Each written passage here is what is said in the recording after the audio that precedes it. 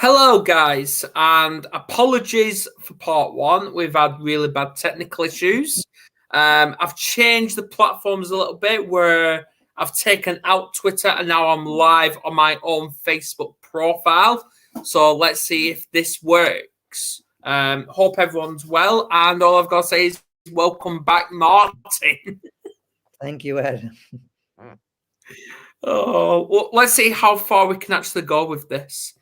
Yeah. Right. So, obviously, we'll skip the quick fire questions. I'm just going to ask, who is Martyn Jones? Who is Martyn Jones? Well, he's an English-born, now an Aussie, living in Melbourne, who has done a lot of things in his life. I've done a lot of things in my life. Well, I've worked in theatres a lot of my life, live theatre. And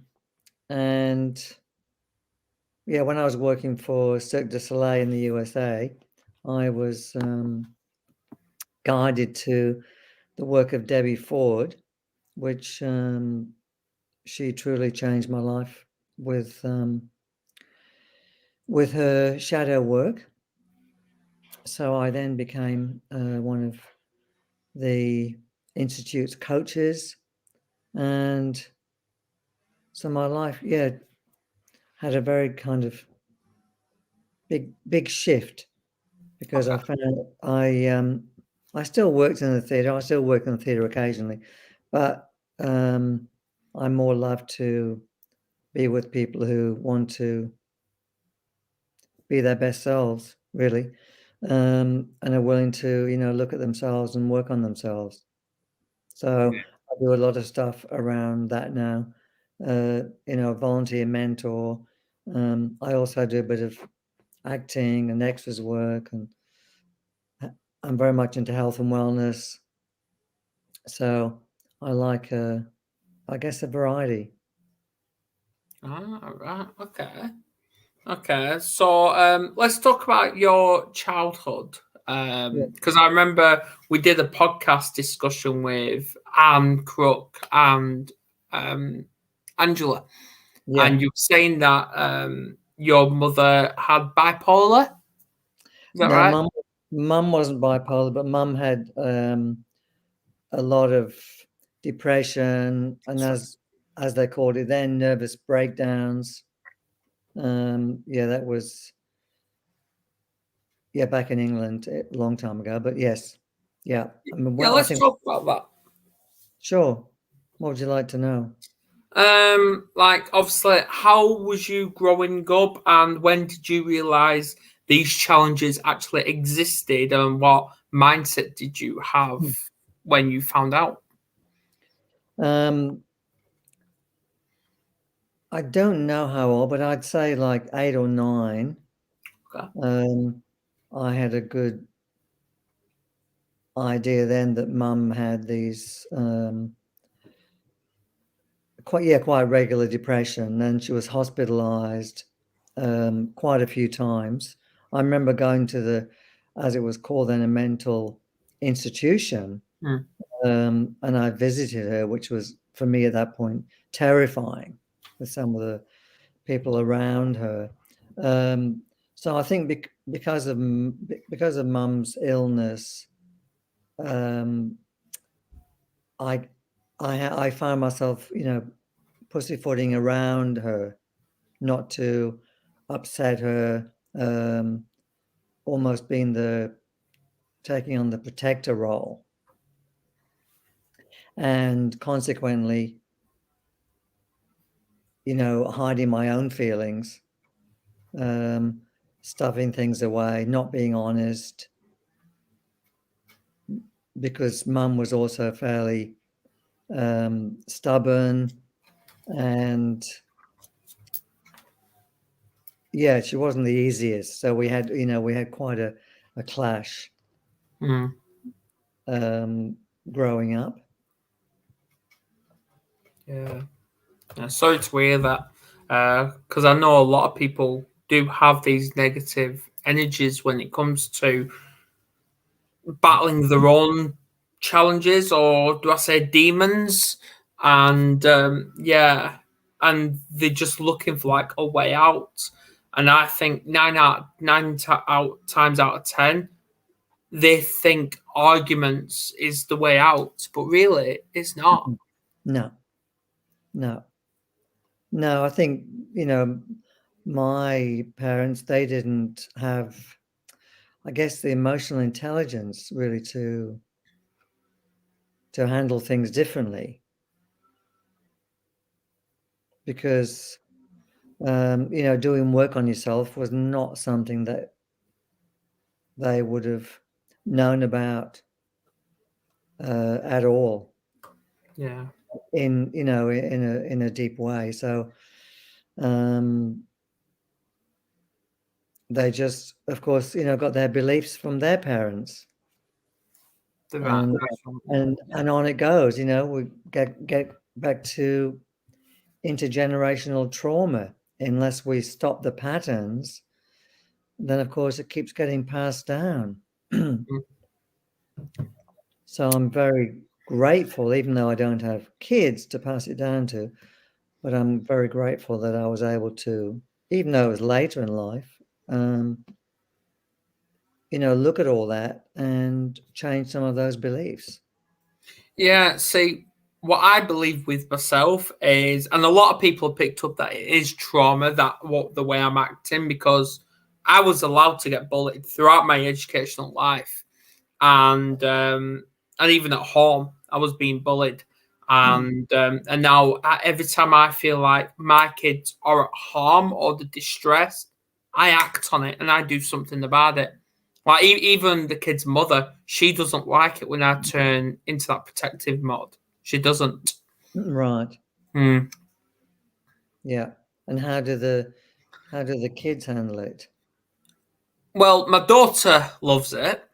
That she's got a protector in her life, but my son, he's got mixed emotions about it. He loves it because he knows he's protected, he's safeguarded, but at the same time, he keeps saying, "Oh, I don't like overprotective people." I'm like, "Hey, I'll back off when I'm ready." Yeah. Yeah. Yeah. Yeah. And often, I think we have, I guess, bigger clashes with one parent. Yeah. And for me, it was my mother. And of course, because we were so similar. So of course, I'm looking, when I'm seeing my mother's actions and looking at her, of course, I'm just seeing myself reflected. Mm. Would you not think that, because I've picked up on this with our autistic son, and obviously he's got ODD as well, which is oppositional defiant disorder, just labels to us. Every child sees a particular parent not as a parent, but more of authority. Would you not think it's down that road? Seeing them as authority. Yeah. Yeah, because like our son, like me, if for example we have a meeting and I'm in this room with my son, but so is his school head teacher, he will get triggered because he sees her as authority, but he also sees me as authority as well. Right, okay. Two role models. It'll be Okay. too much for him. Yeah. Yeah, Um, that's what I mean. yeah, I think, well, for me, certainly at school, I would have seen them as more, or authority figures, Yeah. teachers, and uh, probably my parents. I mean, yes, to a point, but not. I don't think I would have been afraid of them like I might have been of the teachers. Yeah. Yeah. Yeah. Definitely. You know. Definitely. So when you found out these challenges existed when you was about 9 or 10, did that affect you at any point? Like, did it affect your school life, your home life? Like, what mindset did you have?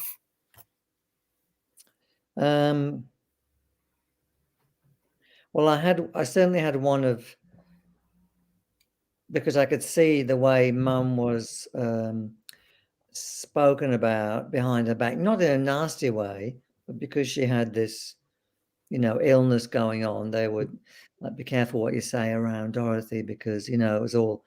So I certainly grew up with the belief that having a mental health issue was not okay.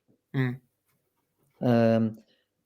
Yeah, that was huge for me, and probably most of my life I would have had difficulty, owning up to having periods of maybe mild depression. Okay. So as far as schooling goes, I don't know whether her mental illness would have had a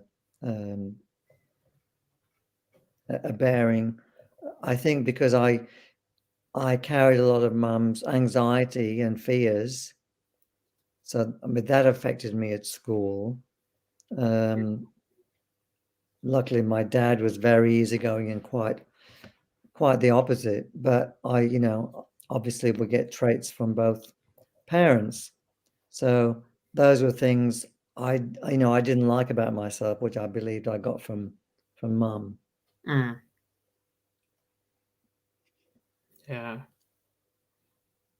Yeah. Because there's a saying now, kids of today, they don't understand mental health like we did.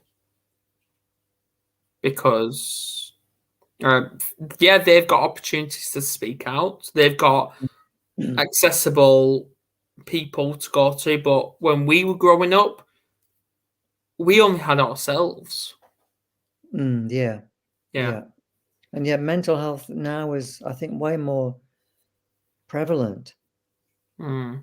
And we've still got, the suicide rate, certainly here in Australia, is especially men.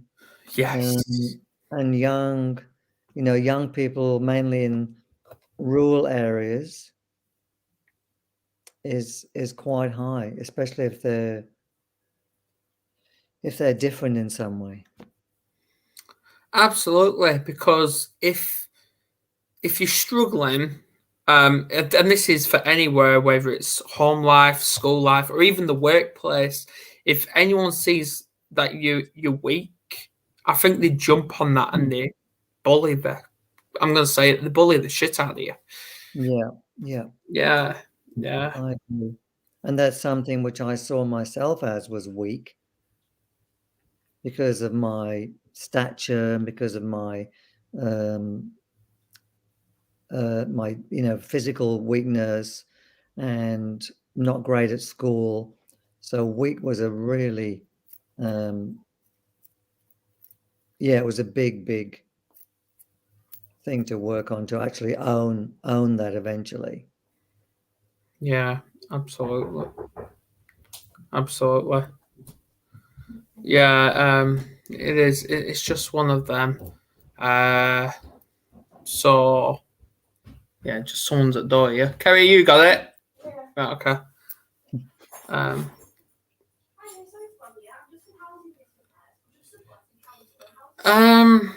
So moving on. Your first job. What was it, and how did you come across it? My first job was, I was about 13 years old. Okay.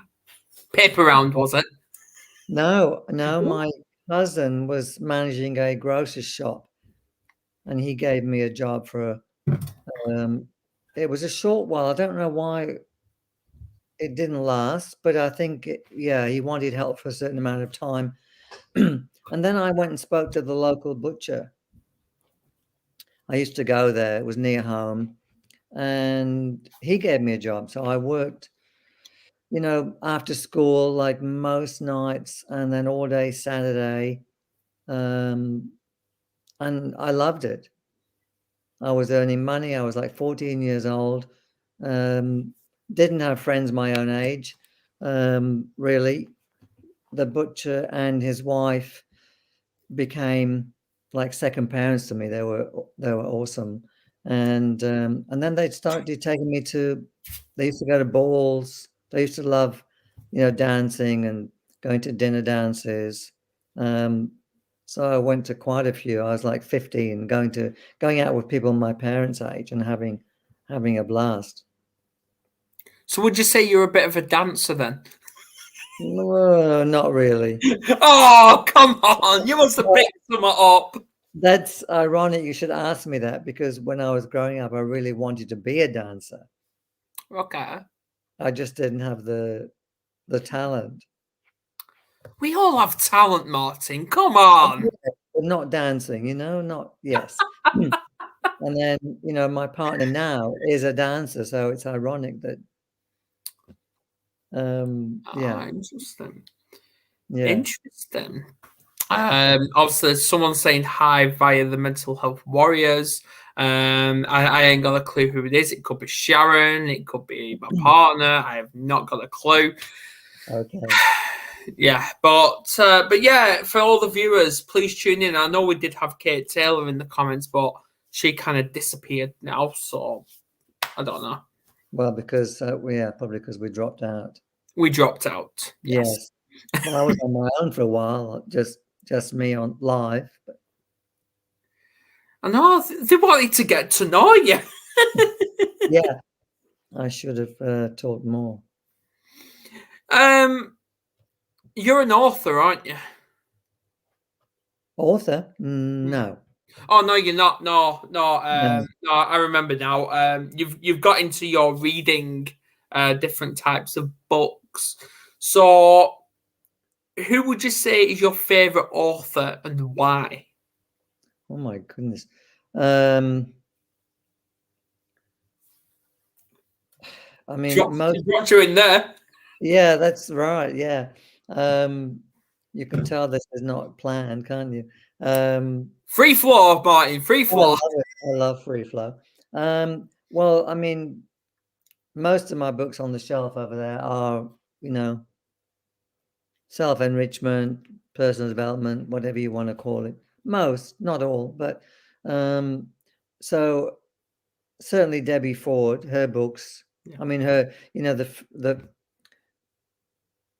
her first book that I was introduced to was The Dark Side of the Light Chasers. And when I read that, it was like, oh, wow, this is really, I love the way Debbie wrote, because it wasn't intellectual, because, I wouldn't understand it probably. And it wasn't airy fairy. So it was really right down the middle, very common sense, which is really, yeah, for me, that's right down my alley, up my alley. So I love Debbie's writing. I also love the work of Byron Katie. I love Byron Katie's as an author. And then I like no particular author, but a really good autobiography. For example, Mao's Last Dancer. You know that one? No. Okay. It was a movie. It's about a boy in China who becomes an amazing ballet dancer. Actually, in Australia now, he's the head of the Queensland Ballet. He's much older. Yeah, a really beautiful book and beautiful film. Yeah. Wow. I'm glad you mentioned films. I have to bring it up what my partner said. Now, obviously, when I forwarded your picture to her and your bio, because obviously she was originally going to do this, but she thought, okay, and she's seen the comparison straight away. Now, we've all got comparisons of who we look like. Now, like obviously, for example, Alan Stevens looks like Papa Smith with that white beard. Yeah. Have you ever watched Harry Potter? Actually, I haven't. You haven't? No. Right. Okay. Right, because there's a character in there, and I hope you're okay with me bringing this up, but like she said, and everyone can Google it, even you can, Martyn. Write it down. Yeah, there's a character in there that looks that apparently you look like. He comes in not the first one, but the second film called The Chamber of Secrets, and he's called Dobby the Elf. Gobby the Elf. Dobby. Gobby. Okay. Dobby. Oh, Dobby. Okay. Yes. Yeah. I'll have a look. Absolutely. I thought you were going to say Woody Allen or Dustin Hoffman. I've had those two names a few times. Yeah, Kerry's just put via the Mental Health Warriors page. I love Dobby the Elf, and she cried when he died. So that's a bit of a spoiler alert for everyone that hasn't watched Harry Potter. He's going to die. Okay. I'll have a look after. I'll let you know. Please let us know. Please, yes. Oh my! I thought I'd throw that out there. I really do. Thank you. Yeah. So, Kerry, if you've got any more questions or insight in what we can ask, Martyn, yes. Obviously, she's apologised for the spoiler alert. No problem. Right. So, I want to talk about how you got into the Campfire Project. Okay. Well, that was through Scott Carson. I know that you know. I was in a men's group challenge. I don't know, a couple of years ago, probably 2 years ago. It was a 10-day challenge, and we had to make a short video every day. And the group leader, told us what we were going to kind of do, or what he wanted us to talk about in the video. And then we had to post them in the group. And it was a private group, men's group. And it went for 10 days. And after the challenge, I got this messenger message from Scott Carson, who I didn't know from a bar of soap, except he was a member of the same group. And he said, I loved you in the challenge, blah, blah, blah. And I thought, wow, who is this guy? And well, it was a really sweet message, but, and I had this feeling that there was way more to the connection. Yeah. So, I answered him back and said, thank you. And then we decided we should, meet. I think it was last year, because I think lockdown happened. And he said, but I want to, he called me, he said, let's talk on whatever morning it was. And then he'd mentioned he was going to interview me for the Campfire. So I said, okay. So I'm on this particular morning, and then he said, can you turn your screen around to get more light? And I went, well, yes, I can. Why? Well, I'm going to start the interview. And I was like, now? I was thinking he's going to prep me for the interview, and we're going to do it,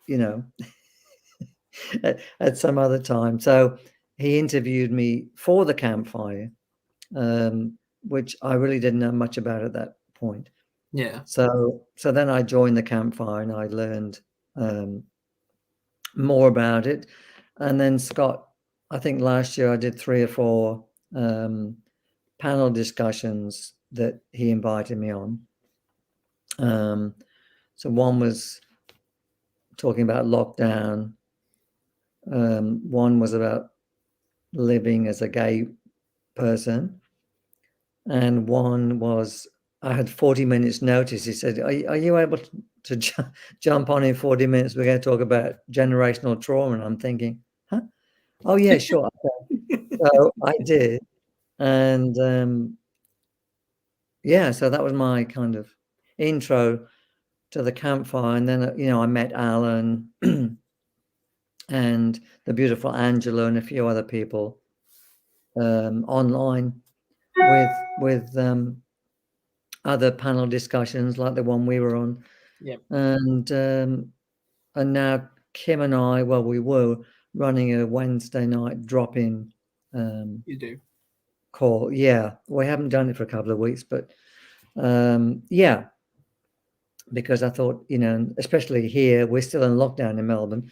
Sydney just got out, but with, at least half the population here in lockdown. Not that the Campfire is Australian, it's not, but we just thought, a safe space for people to drop on and talk about what's going on for them.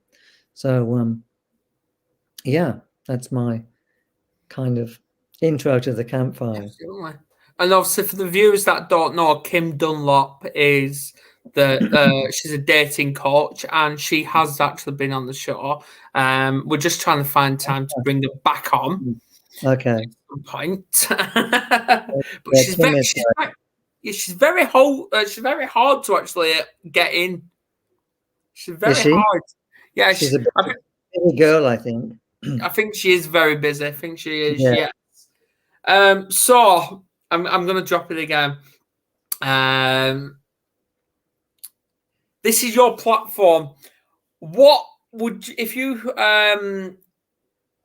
like now compared to the first time? What impact? What's the word? What description would you describe Scott now from when you first ever come across him to now? How would I describe him? Yes. I better be careful, you may watch it. I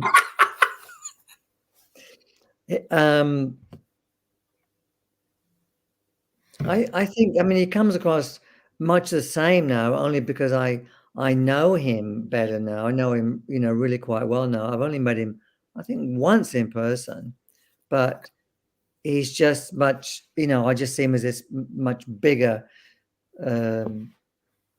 guy now, larger than life, amazing with his what he wants to do and what he wants to create, and the fact that he's just really going for it. So he's an amazing guy. We had a conversation yesterday. We speak generally like on the phone once a week, and he's just been so supportive of me. So he's really kind of, I guess, he gave me a boost. He does. Really, yeah. I would brand him as the opportunist. Right. Yeah, opportunity.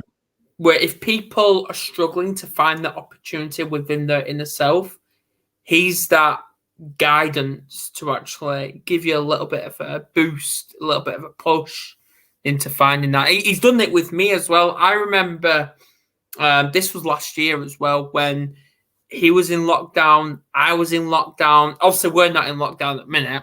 No. But we was on Zoom for a good 2.5, maybe even 3 hours. And the first question, which I'm obviously going to ask you, is, what does mental health mean to you? You're asking me that now? Yeah. Well, it's a big question, isn't it? Oh, excuse me. I know some people don't even like the term mental health.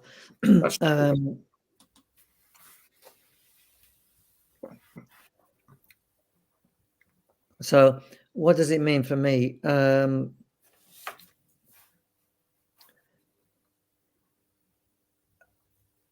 think it means many. It can mean many things, because I saw my mother going through really bad periods of I guess depression. My first partner had also very dark times, and later on in our relationship was bipolar. He was diagnosed with bipolar. So, and I think so mental health can be, from a very mild anxiety, maybe a depression, but not a debilitating illness. You just feel kind of. I was talking to someone the other day about periods in my life when I just felt kind of flat. There wasn't a lot of joy. I felt like I was going through the motions. Okay. I wasn't staying in bed all day. I've never done that, or never wanted to not eat properly or do those things. So I feel really grateful for that. But so I think mental health can be, I've seen it on so many levels, can be many, many things. Absolutely.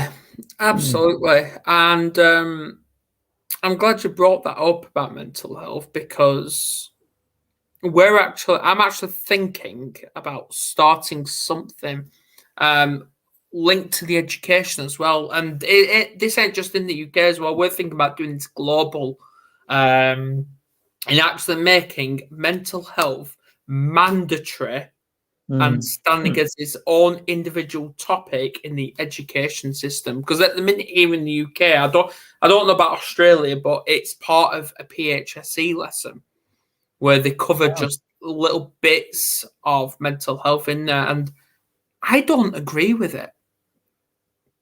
I think it needs to stand as its own mandatory subject, part of the school curriculum, where they teach about like the mindset, about emotions, and everything like that. Yes. I'm thinking of starting something. Yeah, absolutely. I mean, I've always, since for the last 20 years since I met, and did the work of with Debbie, emotional intelligence, I mean, changed my life. So I think, to bring that into schools in some way, absolutely.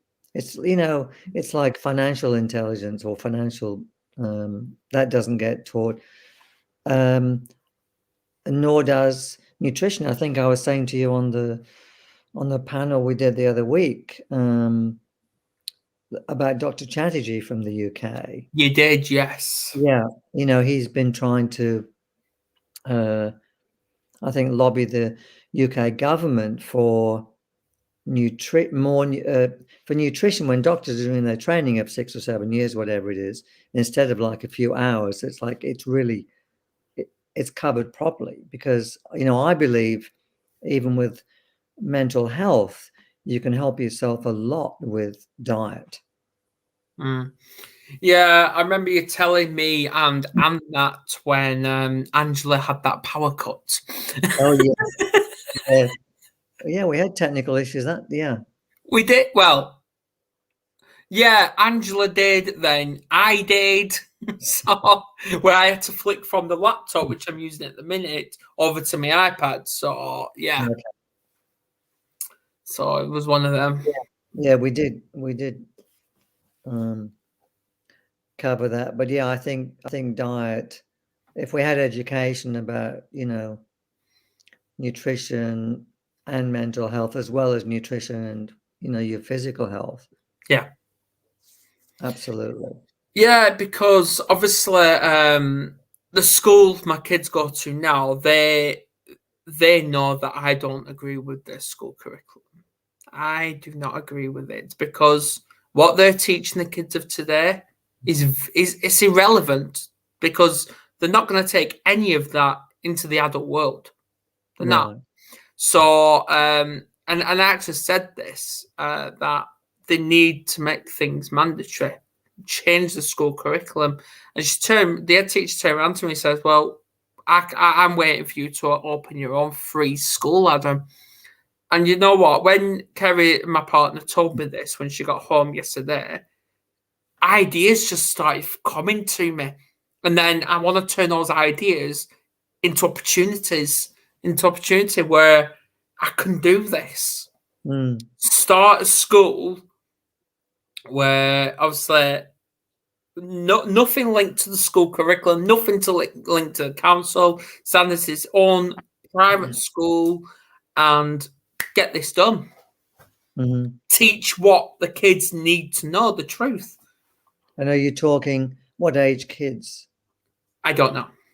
I don't know. Yeah. Okay. I don't know yet. I haven't thought of that yet. Yeah. Yeah. Yeah. I haven't thought. But yeah, yes, do Sounds, that. yeah, sounds great. But absolutely. Giving them some Some opportunities and some light. and as you said, emotional intelligence. Because I think we mostly tend to grow up with stories in our head about ourselves, which are not the truth. Exactly. And then we take that into adulthood, and it's always there lurking. So it runs our lives. Yeah, well, I'm going to take one example. I don't know about you, Martin, but I grew up being taught by school, when you're older, don't count on you having a calculator.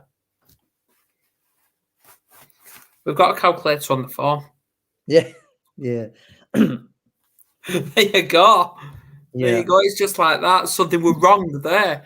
And Yeah. it's no, I'm thinking with this school, like teach about the mindset, like because obviously part of the mental health warriors, we've got 2 people that are fully NLP certified. And instead of actually teaching them NLP, teach them about how to tap into their own subconscious mind, because this is what we all need to do. Mm-hmm. We need to tap into it, and yeah, we can turn those triggers into opportunities. Yeah. And I think I did cover that in one live at one point. Right. So, yeah. I guess kids would have to be, I don't know, a little bit older to. I mean, I'm currently, coming to the end. I've been mentoring a high school year 8 student, I think, which is 14 years old. And through a volunteer program at a school. And I mean, it's been great, except a lot of it's been online now. But of course, a 14-year-old thinks so differently. So some of the things I might have passed on, I wasn't sure would be kind of understood, or I didn't feel he might have had the mental capacity for it. Yeah. I see. Speaking of lockdown, how have you coped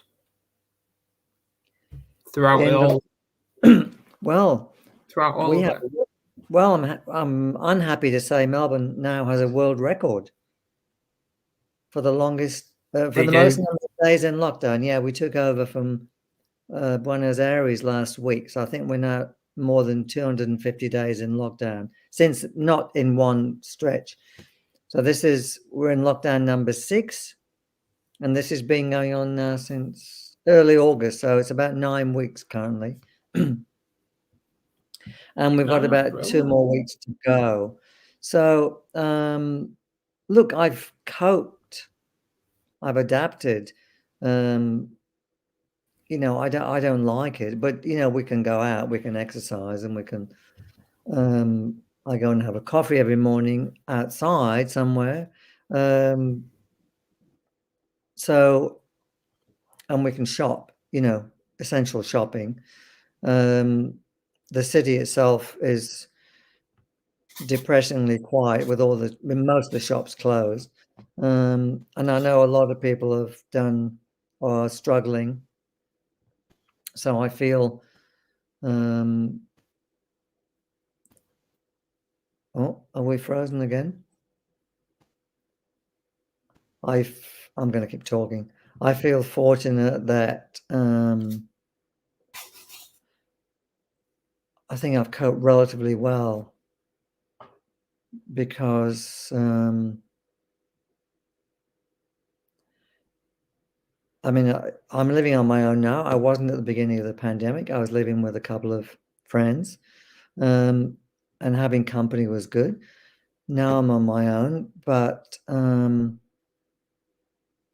think because I know I can't change it, it is what it is, that for the most part, I'm coping pretty well. Adam,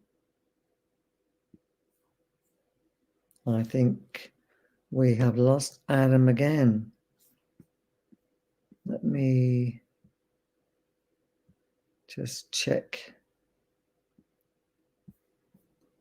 Oh, yeah, lost Adam again. Oh dear. Okay, I will hop out and hopefully we will be back in a moment or two.